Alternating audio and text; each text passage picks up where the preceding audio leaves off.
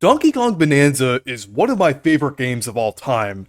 It was the perfect game to kick off the Switch 2 era, as there's so much to do in the game, and it really felt complete at launch. So when I heard that it was getting extra content in the Direct, I was initially ecstatic. However, this is $20, which is kinda steep, but is it worth it? To put it simply, no. It really isn't. There really isn't enough here to warrant this price, unfortunately. It really is disappointing because this game had so much potential for like extra content or DLC, but it feels like this was really lackluster with how they handled it. But this DLC was split up into two parts, DK Island and Emerald Rush. And the first part of it is DK Island. This is actually something I've been wanting to see in the base game. It's almost similar to the Mushroom Kingdom in a way, and the design of the area is actually very well crafted, having so many amazing references to the older games. Like the island has DK's head similar to the older games pre-Returns. There's a new rendition of the DK Isle theme from Donkey Kong 64, which sounds amazing. They kinda did hook me in with the nostalgia element there. But there's also the Gangplank Galleon shipwreck, which is really cool. Some extra references to the Kremlings there, as well as Squawks appearing and having a role there selling statues. And then DK's house appears, and there's a photo of Candy Kong. And the Banana Horde is also under DK's house. And then there's also an island that resembles the DK bongos from the GameCube, which is a really cool reference, and it kind of makes sense, considering EPD Tokyo's original game was Donkey Kong Jungle Beat. And then you could also surf on funky surfboards as well. It really feels like a love letter to the DK franchise. It also feels like Nintendo is fully embracing the rare side of Donkey Kong, since we've already seen hints of that in the base game. But unfortunately, there's barely anything to do on the island outside of the other mode. There are no Banandium gems or fossils, which is a massive missed opportunity. Like, you can't really explore this layer like you can the other modes, because there's really nothing to find other than gold.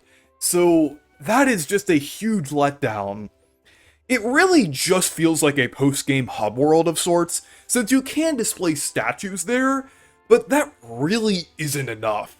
It almost feels like false advertising in a way, because Nintendo clearly advertised it as a new layer. Like, when I was reacting to the trailer, when I was watching the Direct, I was like, ooh, a new layer for Bananza, I can't wait to go around and explore this.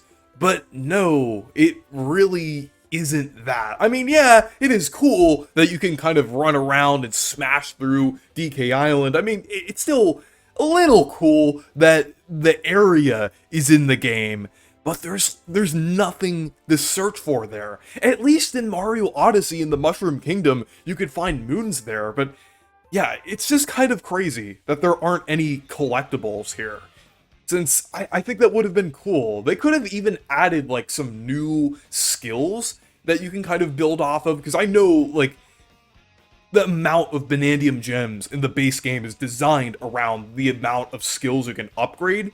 So why not add new skills? That would have been the perfect solution to like having like more Banandium gems on the island here. Or with the fossils, they could have added some new outfits and things. It just would have been perfect, like for the DLC. So it's just kind of disappointing in that way. But the other new addition is Emerald Rush. And I would actually say that this mode is pretty fun in my opinion. The roguelike elements actually work pretty well, and the gameplay loop is pretty satisfying. The goal of this mode is to satisfy Void Kong's quota of collecting enough emeralds. So you can collect all of these like chunks of emeralds to smash through everything, or smash through bananas that kind of spawn on the island, or also do different challenges or tasks that Void Kong gives you. I think it's funny that you're working for Void Kong, like after like all of the events of the story. I think it's pretty funny there. It almost kind of reminds me of Splatoon a little bit, just with how like the theming is here. But during each run, you basically start from scratch and use fossils that gain new skills, as well as some bananas that grant you new abilities. There's also a difficulty slider as well, with 7 levels of difficulty. So I do think this is a pretty well-designed mode, and I've been having a lot of fun with it, kind of like experimenting around with different layers, or playing it on different difficulties. However, there is a catch. This is only limited to a select few layers, so there is only so much content here, which is pretty disappointing. I've seen some people say that this mode gets boring after 20 minutes, but I disagree. As a massive fan of this game, I do feel like there's a lot of potential for replayability, and I also think it's more substantial than something like Luigi's Balloon World, and I feel like it's a bit disingenuous to act like it's just a little mini-game like that. However, that doesn't change the fact that I still feel that it's overpriced. It really isn't $20 good. This really should have been $10 at most. Maybe even $5 if it was just DK Island in this. If this DLC had more layers on top of DK Island, like New Donk City, Crocodile Isle, or even some like other cool areas, as well as all medium to large layers having Emerald Rush, then I feel like this DLC would have been worth it. But as it stands now, I really don't recommend it at this price. Maybe if you're a massive fan of Bananza and have tons of hours in the game and 100%ed it within the first week that you got it, or are a big fan of DK, but even then, still, this isn't $20 worth of content here. This really isn't enough. And I mean, I do disagree with the sentiment that the base game was unfinished and this DLC was completing the game, because I do feel like the base game has enough content there, and I can't recommend the base game enough. There is a ton of things to do, but there isn't enough here to justify $20. It's just pretty disappointing.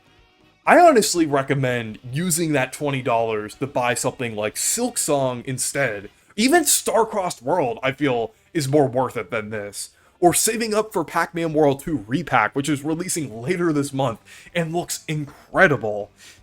It's just pretty sad to see this for a game like Donkey Kong Bonanza, such an incredible game, and this DLC isn't even low quality either. It still is quality for what is there, but I feel like it's just a scummy, greedy decision to price it at $20.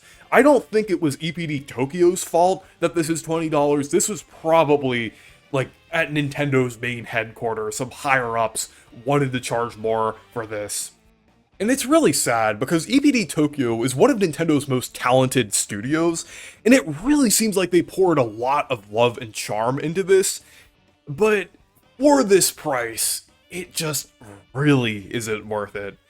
But anyways, let me know what you think down in the comments, and anyways, thank you guys for watching this video. Make sure to leave a like and subscribe for more, and make sure to check out my Discord server and Blue Sky if you want to. Stay perky!